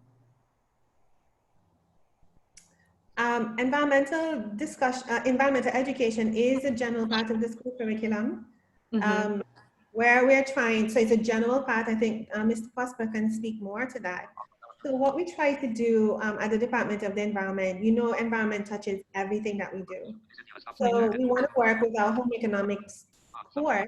That is where the home economics course, geography courses, where you can actually incorporate recycling, where you can incorporate waste management into everything that you're doing. So if you're teaching the students how to cook and to clean, recycling should be part of that, that program, which I'm not sure if it is, but we do teach it to the teachers now. So if it's not in the textbook, they are teaching this to the children, and we're working with the OECS Commission that sets the curricula to make it part of the educational system itself. However, a lot of the children have to do school-based assessments, and the DOE would send in topics for them to use, and that has been very helpful. But the important part is that the teachers have to know. And so Amira is online. We are now producing Teacher's Guide at the Department of the Environment. So we did one on mangroves, and we'll be producing one every year on different topics, so the teachers themselves can learn about it and teach it to their kids. What is great is that once we've done that, the teachers do teach it to their kids. So the impact of producing that document is almost certain. Yeah, that really speaks to the power of you know, it starts with the teachers, the education, right, and then leading these children. I'd love to. Is there any of the youth that like to add to this? Environmental cleanup. What is that? It's true. Checking with. And I'd like to once again open up to any of our guests here, any of our speakers who'd like to speak up. Go ahead and unmute, and you can just jump in to add to our discussion today. Hi. Hi, I'm Mira McDonald here from the Department of Environment. So just to add on to what Diane was saying, we are currently working on the Climate Change Resource Guide that will be hopefully available and printed by the end of this year. The next resource guide topic that we are working on as well is biodiversity. And we're also looking for a topic for the fourth one. We were looking at renewable energy. You know, ideas would be great. Also, I just wanted to mention that there is a project under the DOE known as the Grid Interactive Solar PV System Project. And one of the activities that we were in charge of, my team, which is the communications team, we were in charge of was assisting schools with their public awareness on their education campaigns, which is supposed to promote sustainable management of their school grounds. So they were supposed to engage in activities that would like tree planting and recycling and wastewater management and so on and so forth. So we've been going into the schools and helping them with their campaigns. And it was interesting to note that some of these schools already, before we came along, before our project came along, that they were already engaging in sustainable management behavior. And we just helped them to put that to the forefront, you know, so that, you know, so the whole point of this was that we make the students and the kids environmental champions, and that they take this learned behavior, they take this behavior and they take it throughout their lives and they pass it on to their parents, their brothers, their sisters, their cousins, and everyone. So yeah, that's what we've been working on. Thank you. Yes, and go ahead, please. Just to add, in Antigua, there's a NGO named the Environmental Awareness Group that works along, that have programs that involve teachers and parents, teachers and students.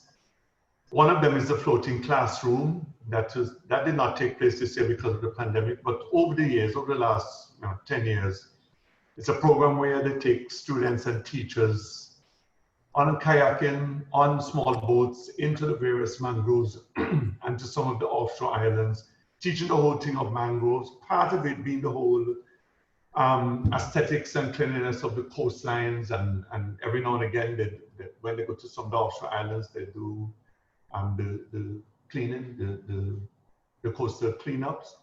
So we have a program like that an NGO here has been undertaken for a number of years.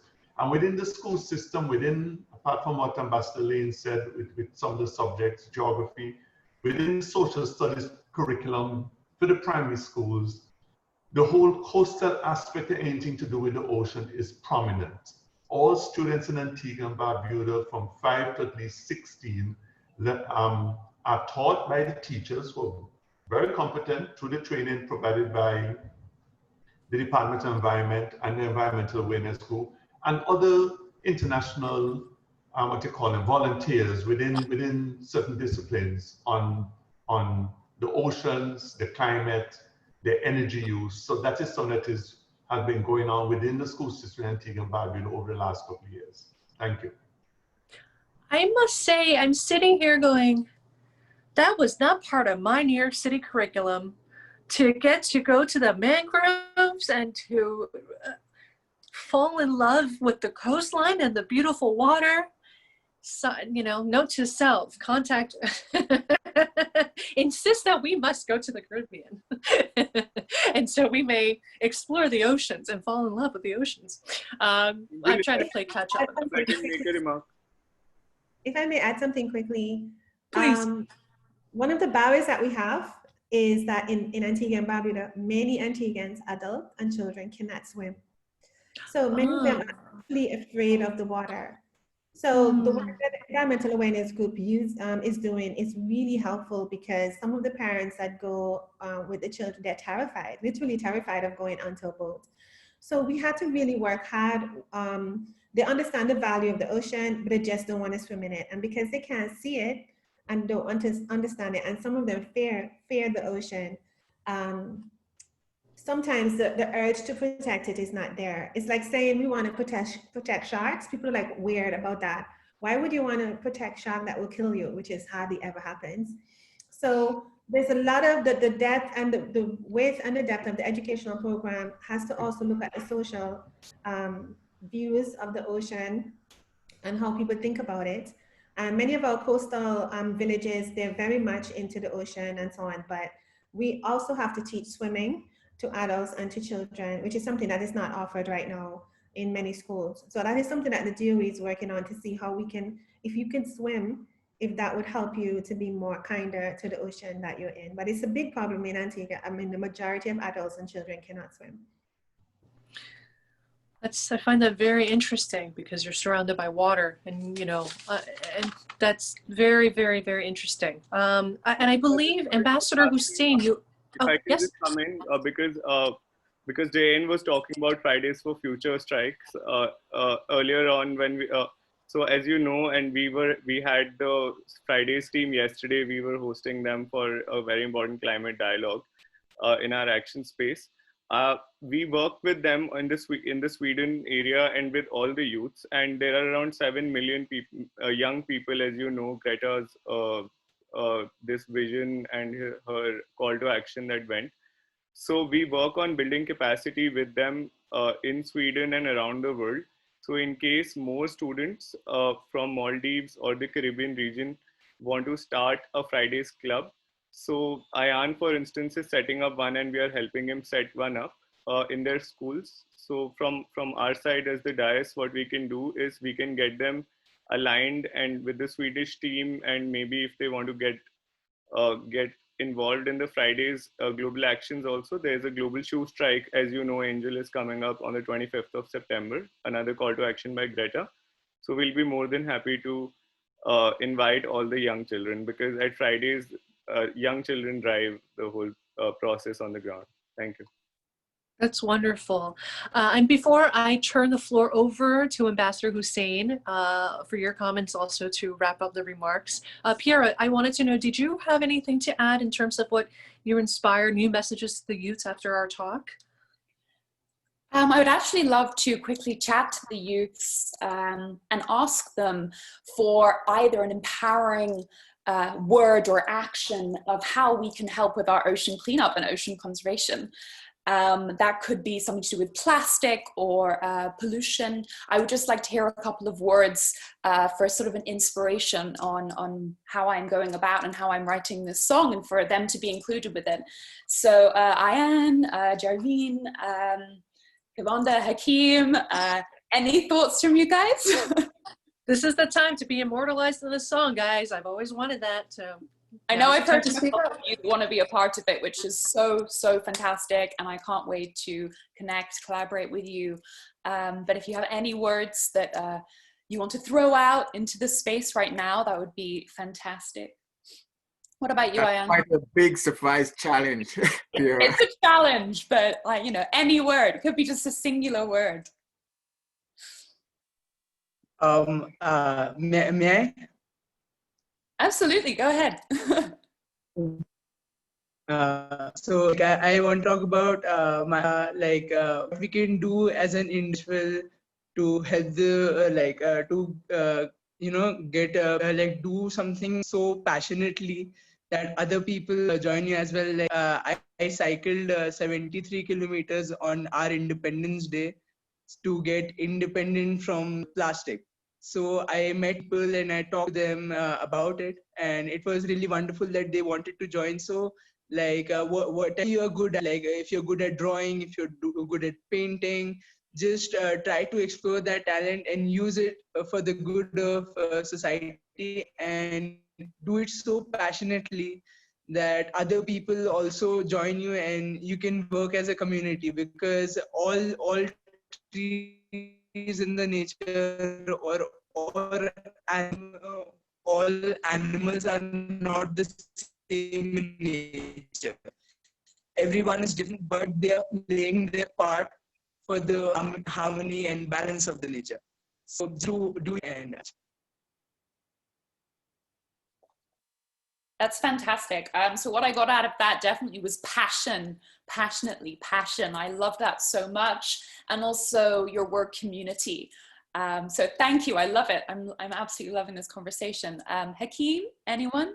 I know I'm calling names out now, so if you have anything, you know, you can either write it in the comments or throw it out. Don't be shy, Hakeem, just a few words. Don't be shy. We're immortalizing the song.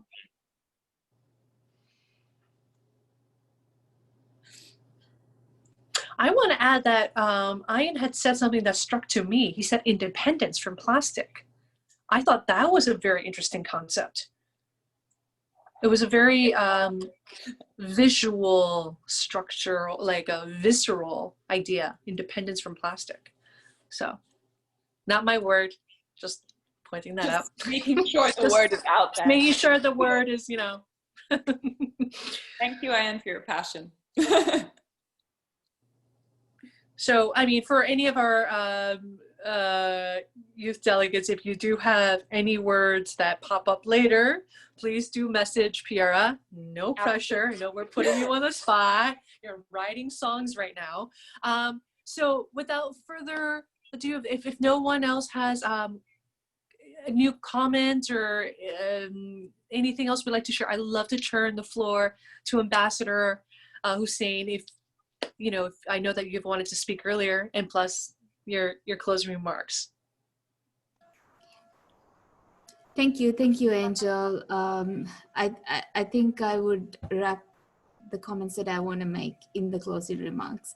So one final time, if anyone else wants to add before we close the meeting, the floor is open. If you have any final words to say, please raise your hand or unmute your microphone and speak. If not, I will proceed. Well, once again, happy Coastal Cleanup Day. Let me begin by congratulating all of you, especially the youth, for this very exciting and enthusiastic dialogue.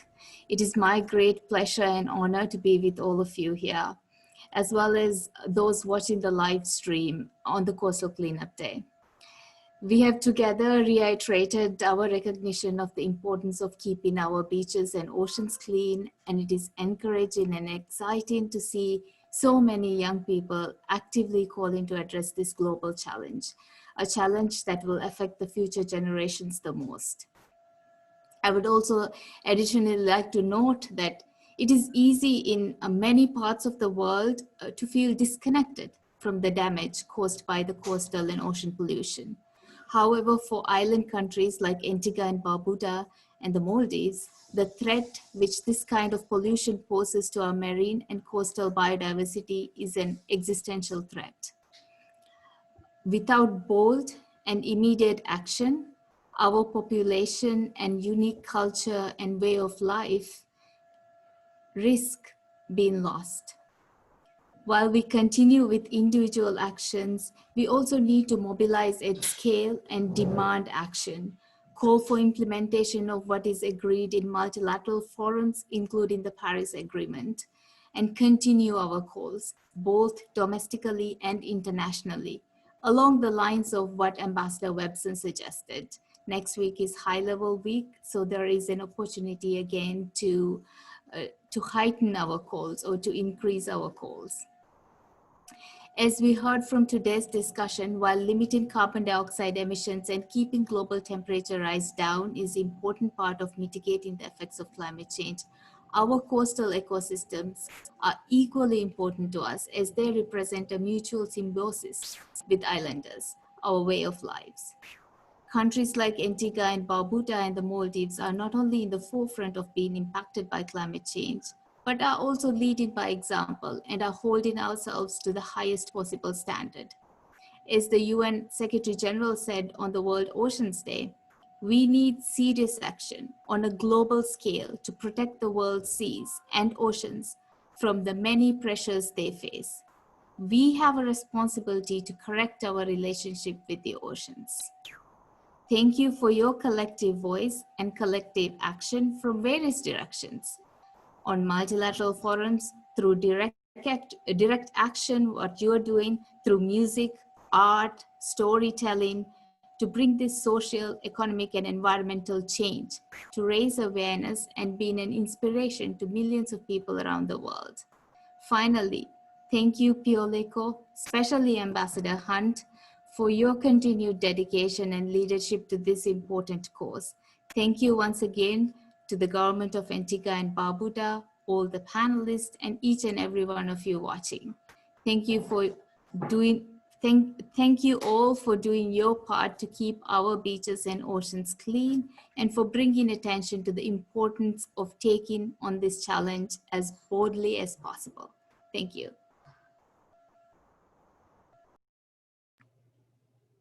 Thank you so much, Ambassador. And thank you so much, all the ambassadors and esteemed guests and all the speakers. I personally learned so much today, and learning from firsthand experience from your backgrounds, and that I just couldn't have read about. So what for me, as an actor, as a TV host, this is something that I know is deeply ingrained in the back of my mind and inspiring me to do more. So it's effective. Already is like, well, my mind just got blown today. So thank you all so much. PurelyCoe for having me. Ambassador Hunte, thank you so much for this opportunity. And my mind is just like churning right now. It's like, okay, who do I need to reach out to next, and kind of follow through with this energy that we've created today. And with all the youth delegates, I mean, their feedback was phenomenal, because, you know, I think they had so many ideas that we didn't have before. So thank you. Ambassador, would you like to wrap up? Yep. Well, Conrad, are you going to close it? Thank you. Just a few words, Ambassador, just to thank our moderator, Angel, and all participants, Pierre, and all excellencies, and the youth, of course. And of course, our host, Keshav, on behalf of the DS. I think it was a good event, and I hope we can move to the next level in putting other events virtually and physically as we move forward. Thanks to everyone once again. Great show. Thank you. Thank everybody. Thanks, Conrad. Great show. Thank you. Thank you. All right. Bye-bye. Take care. Bye. And thank you for putting it together. Thank you so much. I think Ayan was just blown away by when I told him that he will be speaking. So thank you for providing that forum to everyone today. Thank you. Thank you, everybody. Thank you so much, everyone. And it was really a for me to like get inspired and maybe help guide us. Thank you so much for this. And of course, I forgot to mention the team at PurelyCoe, Prosper, Tomasi Blair, Donald Asset, Carolyn Punter, and others who have been, Amira and others who have been working in the background to make this possible. Thanks again. You're welcome. Thanks for having us. Thank you all. We will be sending out the video link from PurelyCoe very soon for YouTube, and we request all of you to share this video with as many young people so they know the space is open to clean up the beaches, and we are with them. As civil society, UN offices, representatives, everybody, we are with all of you young people. Thank you and have a great day ahead. Ending the call now.